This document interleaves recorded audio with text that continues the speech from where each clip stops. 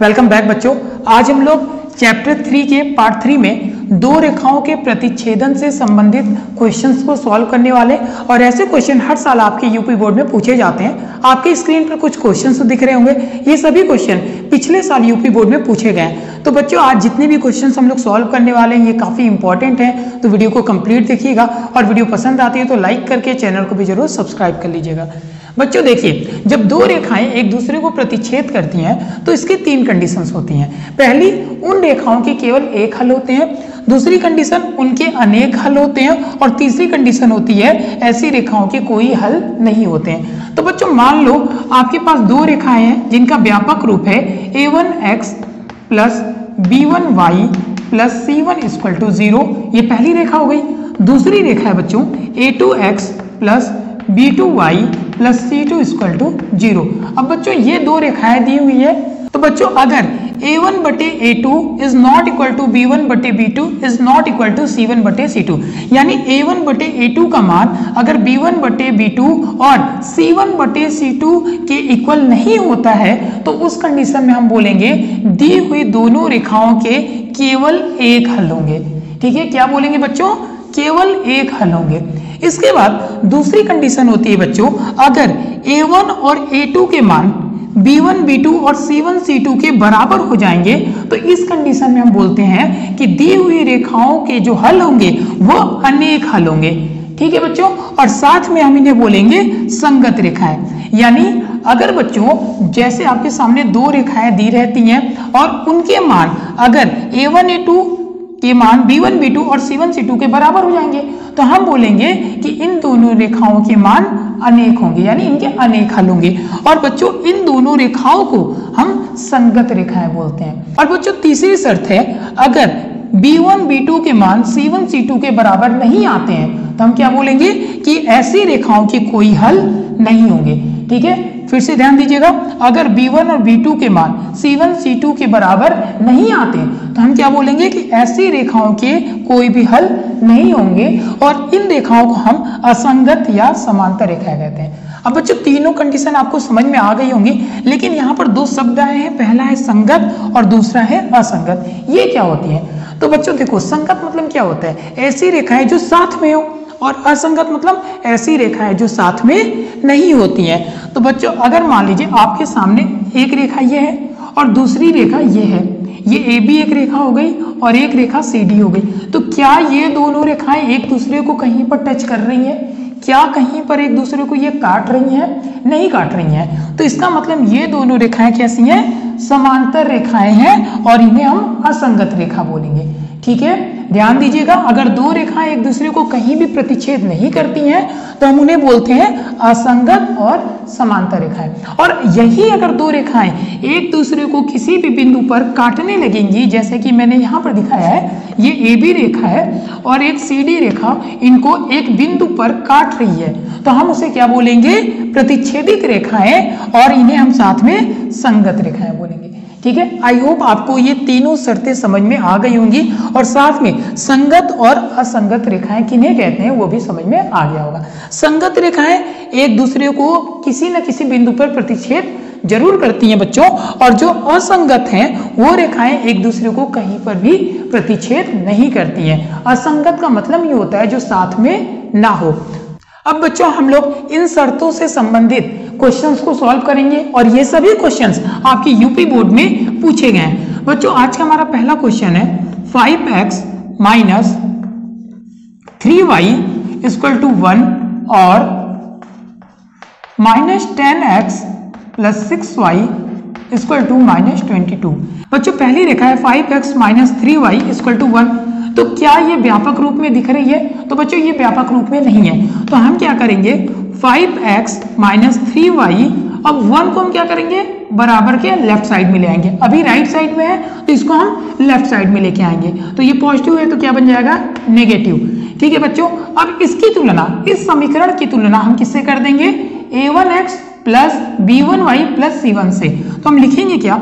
5x minus 3y minus 1 बराबर 0 की तुलना a1x plus b1y plus c1 बराबर 0 से करने पर। अब बच्चों यहां पर देखो a1 की जगह कौन है, 5 है, तो a1 का मान कितना हो गया 5। b1 की जगह क्या है बच्चों, -3 है, ठीक है, -3। आपको इनके जो चिन्ह होंगे जो संख्याओं के वो भी लेना है, ठीक है। जैसे यहाँ पर 3 का चिन्ह क्या है, माइनस है, तो आपको b1 की जगह पे -3 लिखना है, ठीक है बच्चों। इसी तरह c1 का मान कितना हो जाएगा, -1 हो जाएगा, ठीक है।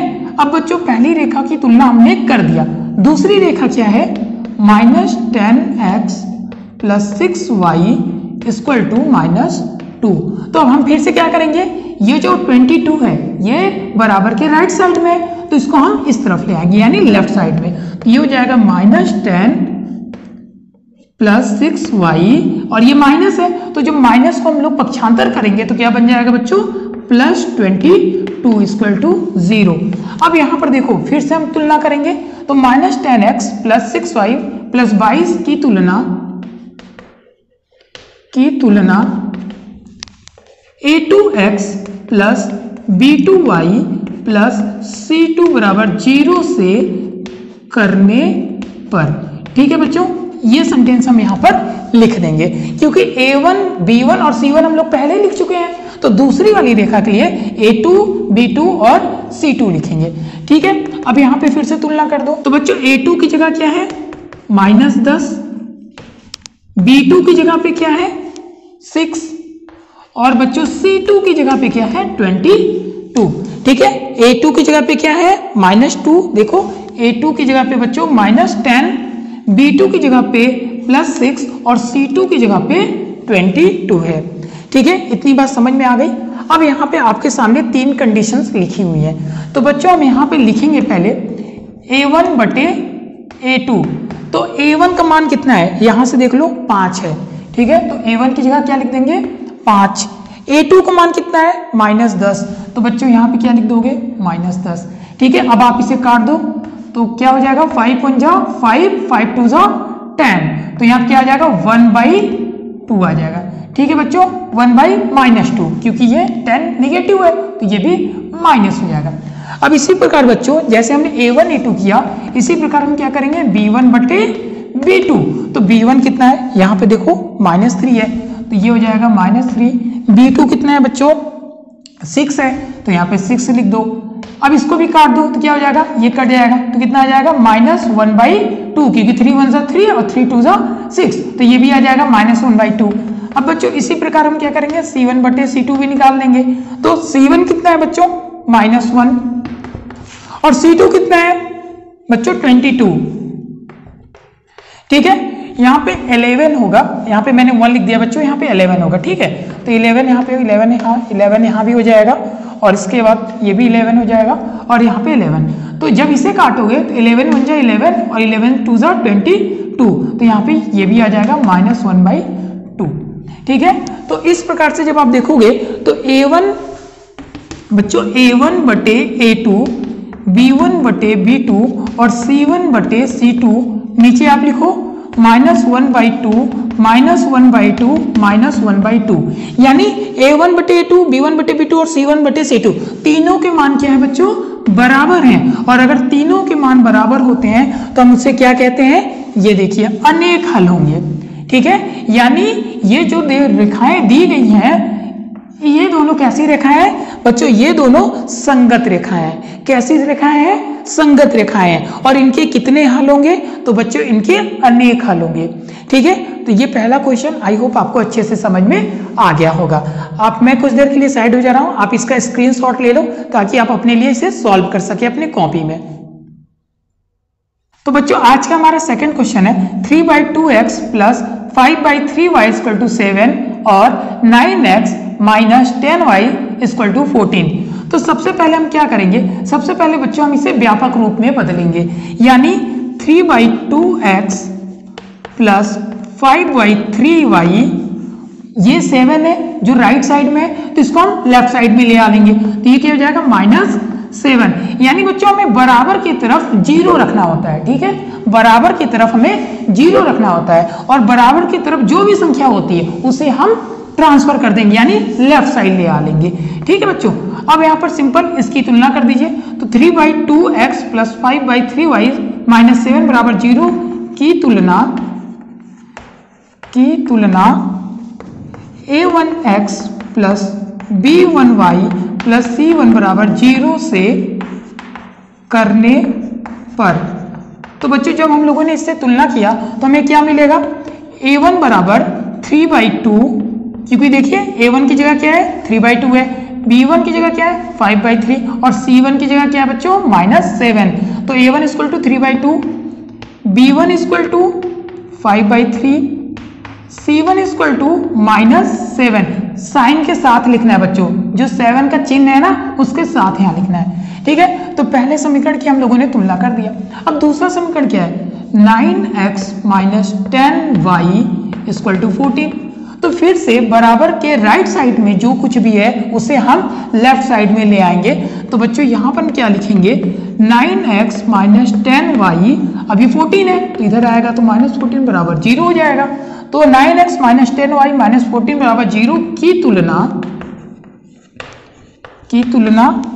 a2x plus b2y plus c2 बराबर 0 से करने पर, ठीक है। तो इसकी तुलना हम लोगों ने कर लिया।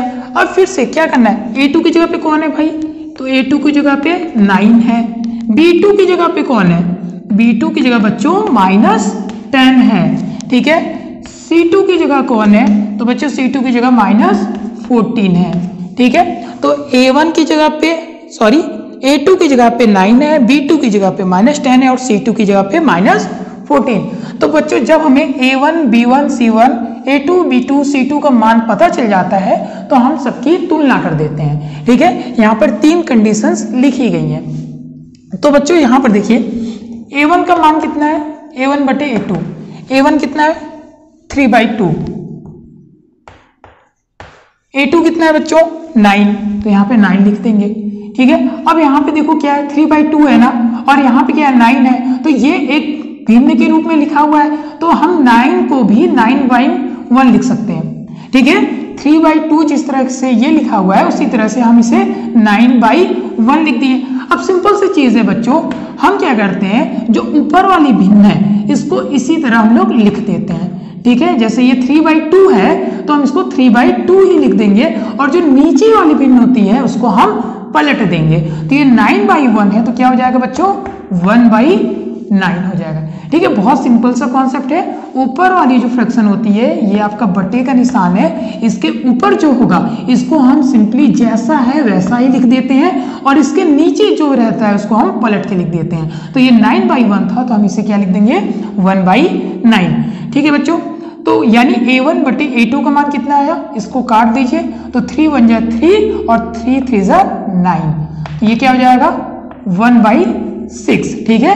1 1 जा 1 और 3 2 जा 6, तो a1 बटे a2 का मान कितना आ रहा है 1/6।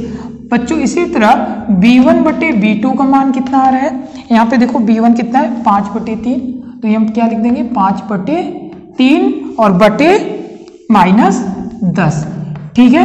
तो अब यहाँ पर भी देखो सेम कंडीशन बन गई।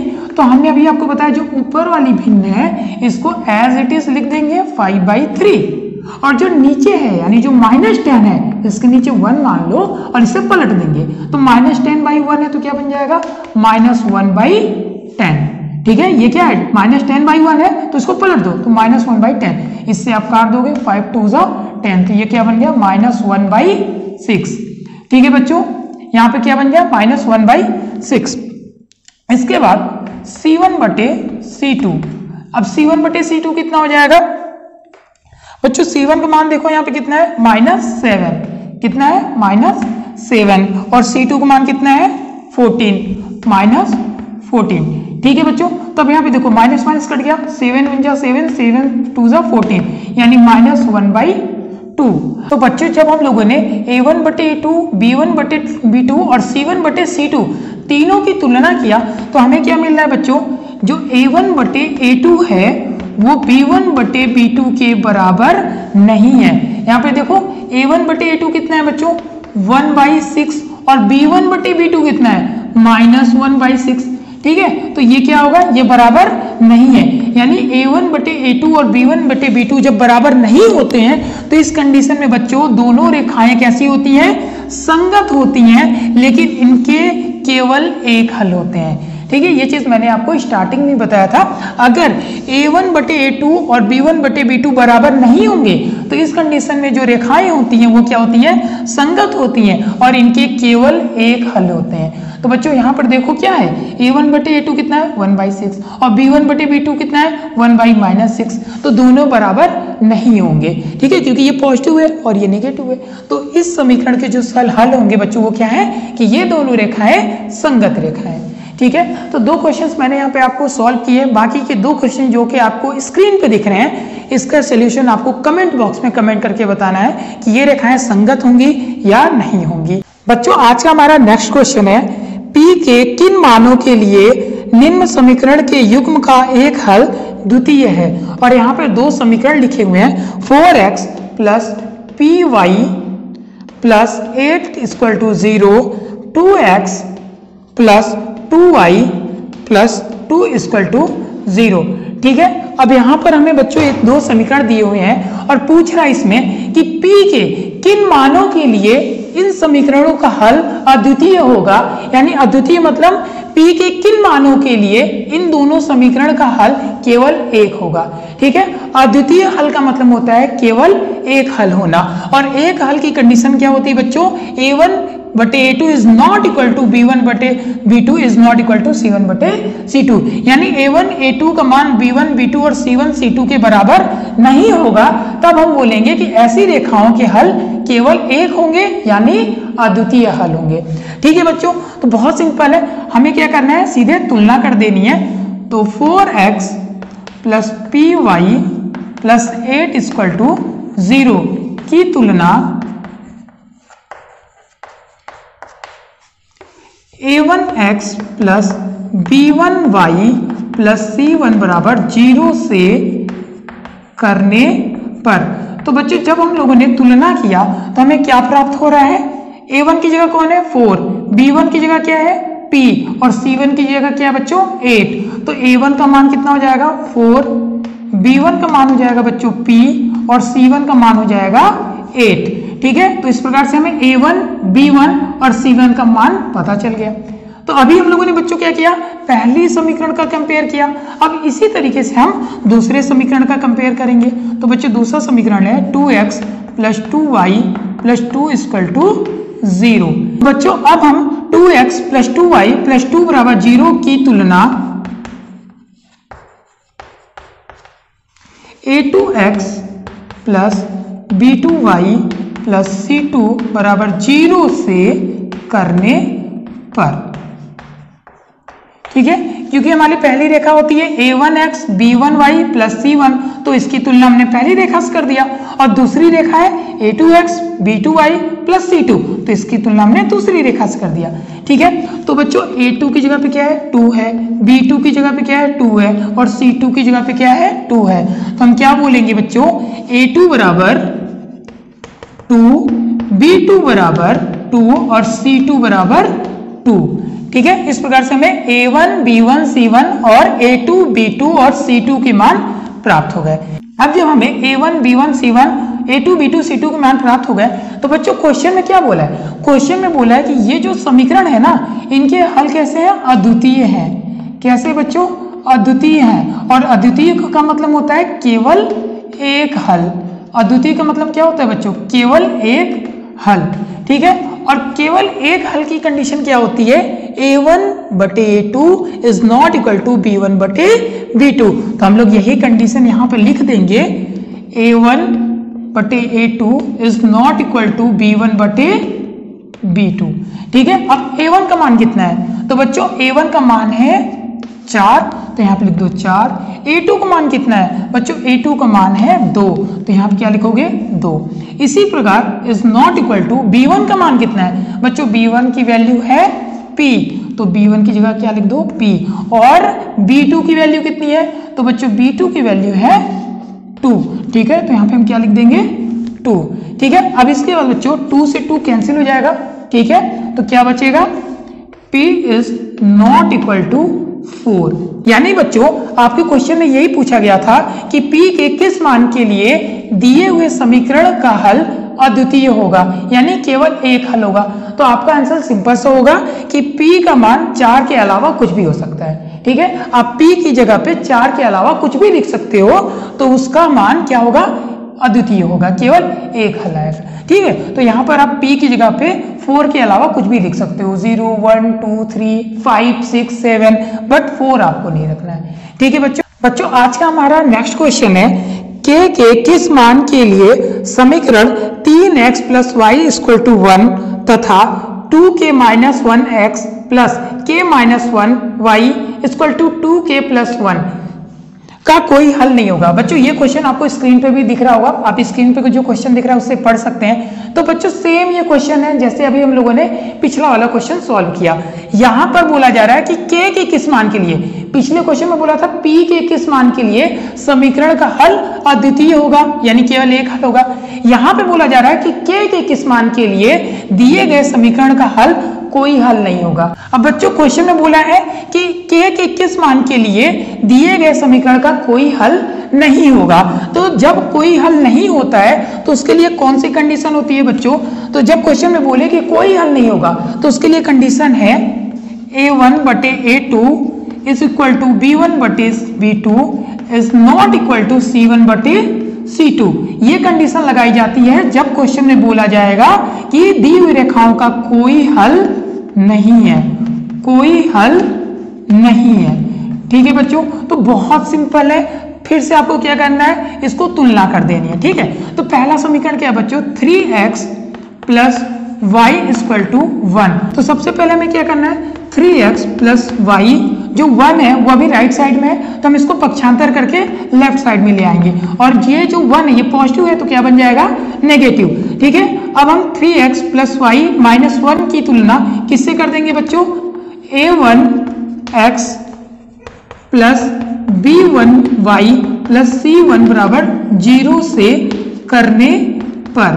ठीक है, यानी हम 3x + y - 1 की तुलना a1x + b1y + c1 से कर देंगे। ठीक है, अब देखो a1 की जगह क्या है बच्चों, 3 है, a1 की जगह क्या है, 3 है, और b1 की जगह कुछ नहीं दिख रहा है तो हम क्या करेंगे, 1 मान लेंगे। ठीक है, y से y यहाँ पर रहता है और b1 की जगह बच्चों कुछ नहीं दिख रहा है तो हम क्या मान लेंगे, 1 मान लेंगे। तो यहाँ पर b1 की वैल्यू क्या हो जाएगा, 1, c1 की बच्चों वैल्यू -1, क्योंकि चिन्ह के साथ में लेना है, तो c1 की वैल्यू -1 हो गया।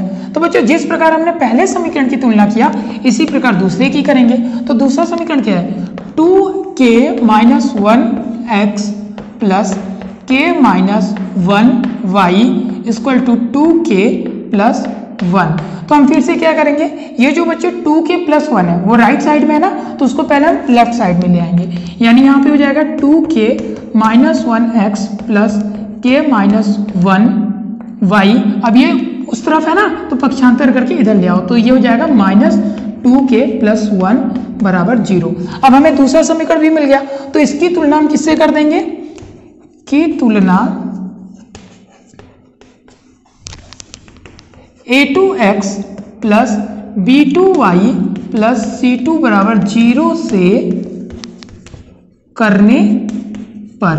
ठीक है बच्चों, तो यहाँ पर देखो a2 की जगह पे क्या है बच्चों, a2 की जगह पे क्या है, 2k - 1, 2k - 1। ठीक है, देखो a2 की जगह पे क्या है, 2k - 1, b2 की जगह क्या है बच्चों, यहाँ पे b2 की जगह है k - 1।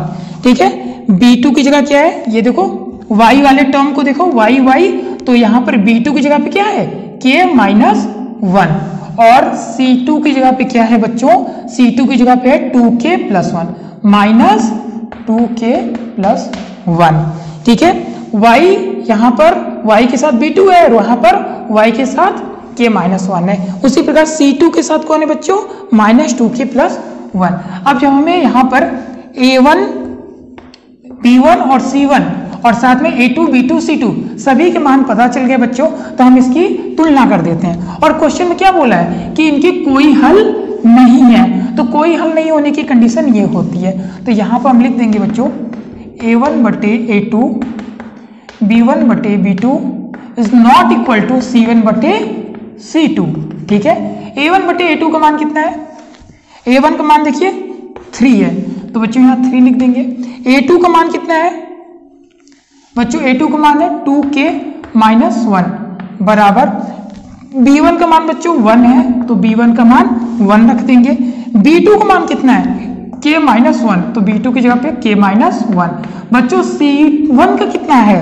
C1 का मान माइनस 1 और C2 का मान कितना है बच्चों? C2 का मान है माइनस 2k प्लस 1। ठीक है, अब यहां पर देखो ये दोनों टर्म्स बराबर हैं एक दूसरे के, ये दोनों वैल्यू बराबर है ना, तो हम क्या करेंगे 2k minus 1 equal to 1 by k minus 1। अब हम क्या करेंगे बच्चों? क्रॉस मल्टीप्लाई करेंगे, इसका इधर और इसका इधर। ठीक है, तो 3